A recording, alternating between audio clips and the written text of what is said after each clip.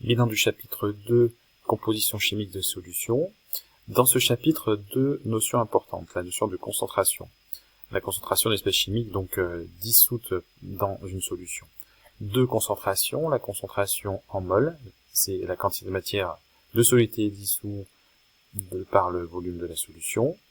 Et la concentration en masse, qu'on note plutôt Cm ici, contrairement à votre manuel où l'on note avec la lettre gamma, c'est la masse de soluté dissous par le volume de solution.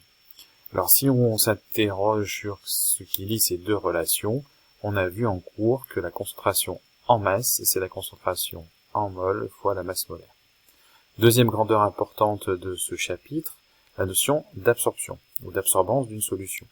Si on envoie une lumière une lumière blanche sur une solution colorée, il y a des radiations qui sont absorbées, c'est-à-dire non transmises, par la solution.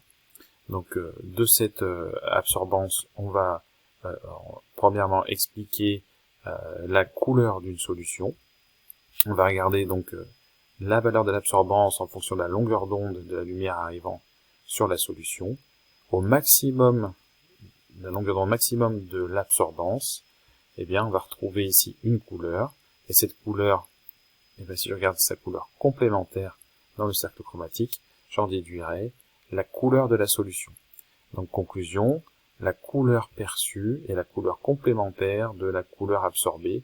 Et la couleur absorbée, pour la trouver, j'ai besoin de ce graphique qui s'appelle le spectre d'absorption. Dans cette notion d'absorbance aussi, il y a une chose intéressante, c'est qu'on peut s'apercevoir que l'absorbance, eh bien, elle est proportionnelle à la concentration en mol, ou en masse d'ailleurs, de la solution. Cette loi, eh bien, c'est la loi de Beer-Lambert. Alors de manière un peu plus compliquée, on a essayé d'expliquer en cours, elle est égale au coefficient d'absorption molaire epsilon fois la largeur de la cuve petit l fois la concentration, donc en mol de la solution. La relation, cette relation-là nous permet d'établir des graphiques représentant ici l'absorbance en fonction de la concentration et de construire une droite d'étalonnage qui nous permettra de faire un dosage, comme on l'a fait en activité expérimentale, d'une solution.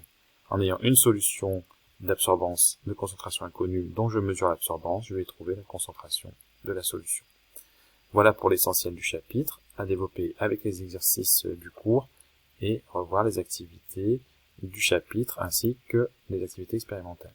Bon courage à tous.